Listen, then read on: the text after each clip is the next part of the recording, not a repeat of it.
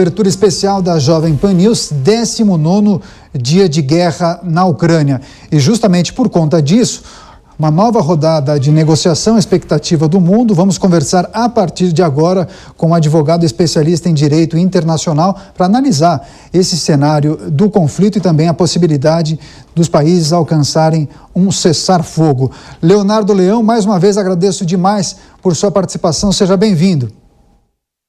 Muito obrigado, pessoal. Muito obrigado aos telespectadores, ao Daniel, pessoal da Jovem Pan. Prazer estar aqui com vocês para a gente comentar essa possível quarta rodada aí de negociações e um possível cessar-fogo aí, que de antemão já digo que acredito um pouco remota essa possibilidade. É justamente o tema da minha pergunta, porque em meio a uma aparente intensificação dos ataques da Rússia e a possibilidade de tomada da capital Kiev pelas tropas de Vladimir Putin, o mundo observa com muita atenção o avanço dessas tratativas nessa nova rodada de negociações. Agora, diante desse cenário, eu gostaria que o senhor contasse, explicasse um pouco. O senhor vê possibilidade dessas nações alcançarem um acordo? Estamos em um momento já mais amadurecido, mais propício para esse acordo ou ainda não? Hoje eu ainda vejo essas negociações, Daniel, com um viés ideológico ainda muito presente. Tá? Hoje é bom a gente explicar um pouquinho para o pessoal entender qual o impasse principal ali. Hoje a Rússia não abre mão para um cessar-fogo de que a Ucrânia reconheça Donetsk e Lugansk como territórios independentes, além de reconhecer a Crimeia como território russo. E a Ucrânia já falou que não pretende fazer isso nesse momento, não pretende emitir nenhum documento nesse sentido, nem de rendição ou qualquer outro documento que soaria como uma perda do conflito por parte da Ucrânia. Então a gente ainda esbarra aí nesse ponto principal. A Rússia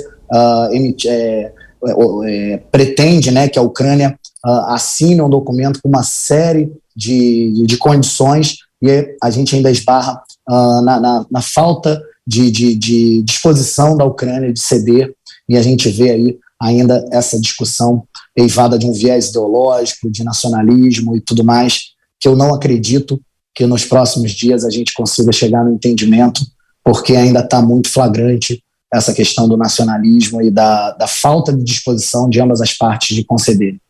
O advogado especialista em direito internacional, Leonardo Leão, está à sua disposição. Diogo Schelp.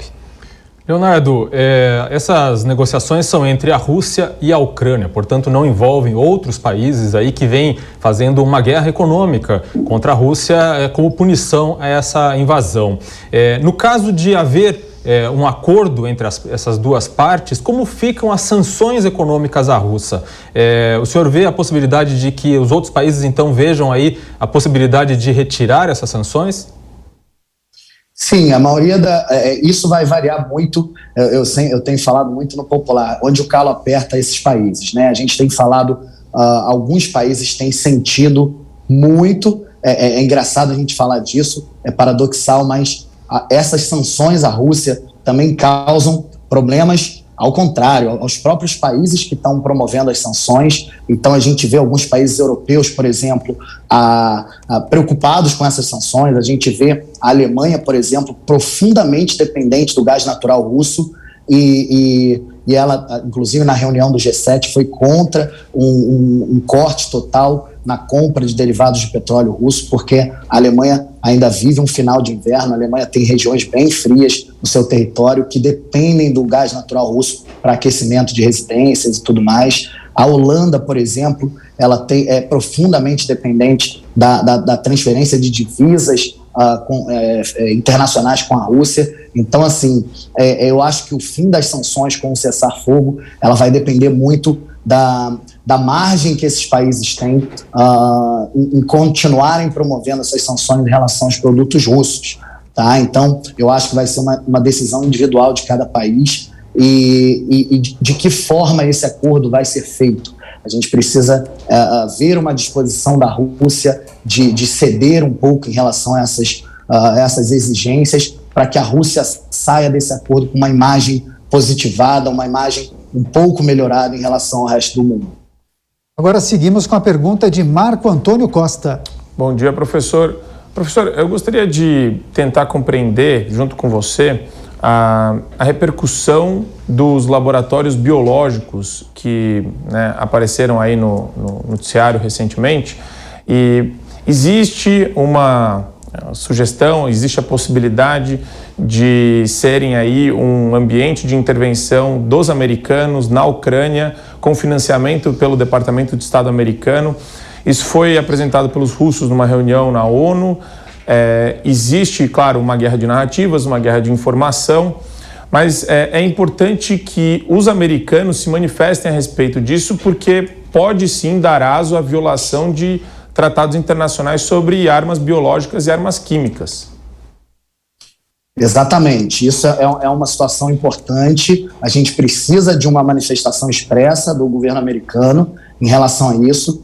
Não acredito que, se há realmente a participação dos Estados Unidos nesses laboratórios, eles vão assumir. Não vejo os Estados Unidos assumindo participação nessa questão, justamente porque poderia inflamar mais ainda esse cenário de conflito. Então, obviamente, provavelmente, os Estados Unidos vão se manifestar sim, mas negando qualquer participação e evitando aí que eles sejam enquadrados aí numa situação de violação internacional. É importante deixar claro também que isso não justifica invasão em país soberano, porque senão tem gente que começa aí a ficar alarmista e achar que a gente está defendendo a invasão da Rússia na Ucrânia. Isso não tem absolutamente nada a ver.